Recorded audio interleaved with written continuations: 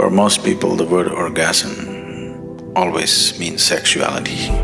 It gives you a certain sense of peak, but it doesn't take you to an absolute peak. But once one knows how to be orgasmic without the need of the physicality, then it's a perpetual orgasm.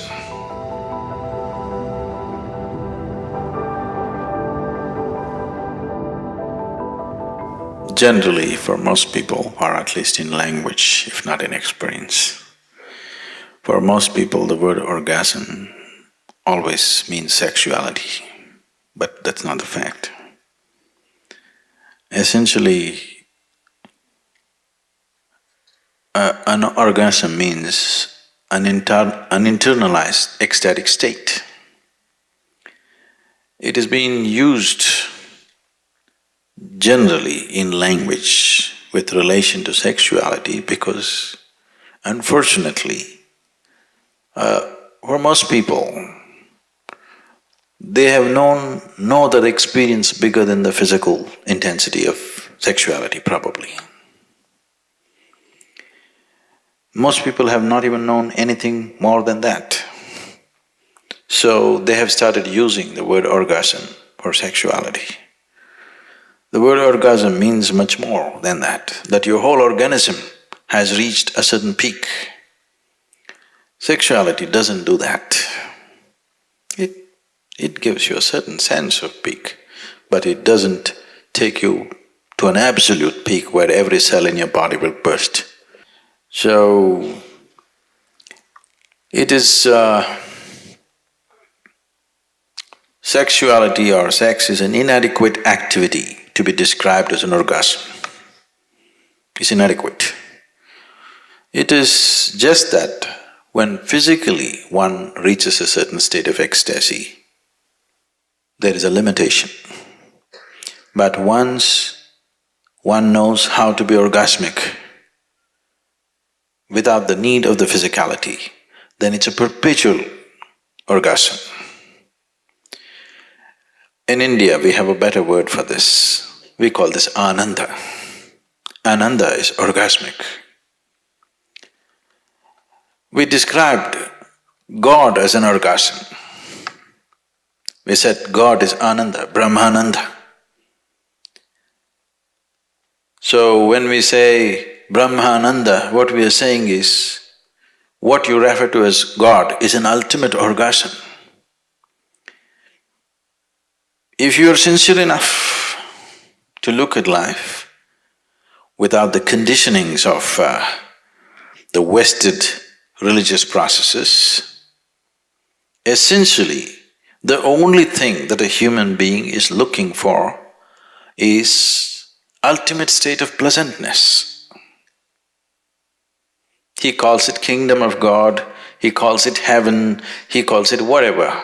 Essentially, he is looking for an ultimate orgasm. He's not looking for anything else. So God has been described as Ananda, or God has been described as orgasm. Orgasm is not a sufficient word. Ananda is saying that thing in a much bigger way than the word orgasm says it. So in the East we called God as Ananda. Ultimate orgasm is God. If you want to settle for limited things, you can try sexuality, alcohol, drug. It will only enslave you, it doesn't liberate you. Because this is not Ananda, this is just pleasure. Pleasure is always entangling.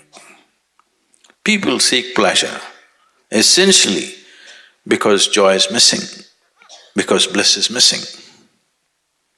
If you are blissful, you would definitely not seek pleasure, isn't it so? If you're right now really blissful, would you seek pleasure? Pleasure is just a shadow of blissfulness. It is never the real thing. It just gives you a shadow. But when you have not known the real thing, even a shadow will do. I'm not against it, but If you do not realize the limitation of pleasure, you will get entangled in it. The more and more you seek pleasure, the more and more you get entangled to the objects of pleasure. But the more and more blissful you become, the more and more you become free from everything. When you're truly blissful, nothing is needed. No food is needed, no sleep is needed, even life is not needed. Actually, when you're truly blissful, you're willing to die. Please see this. Only that one who is constantly willing to die every moment of his life, only that one will know life. Because if you do not know how to fall into the abyss of life, you will never know the peak of life. Life is one inside the other, that's the problem. But people think one is against the other because they're using their logical mind to decipher life. Life and death are one inside the other. Are they one after another? They are not one after another, they are one inside the other, please see. And only if you willing to fall into that abyss of death, you will know the peak of life. Generally, in English language, if you're in a hopeless condition, we say, it is said in English, you're falling into a bottomless pit. Please understand this. Look at the superficial nature of people's understanding. If a pit is bottomless, there's really no danger, isn't it?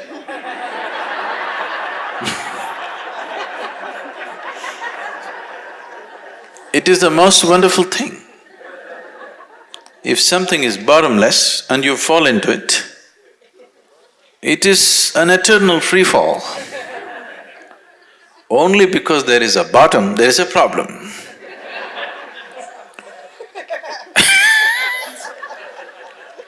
Once it happened, Shankaran Pillai fell off the second floor. And he was hurt. People gathered around him and asked, "Did the fall hurt you?" He said, "You idiots, it's not the fall, it's the stopping."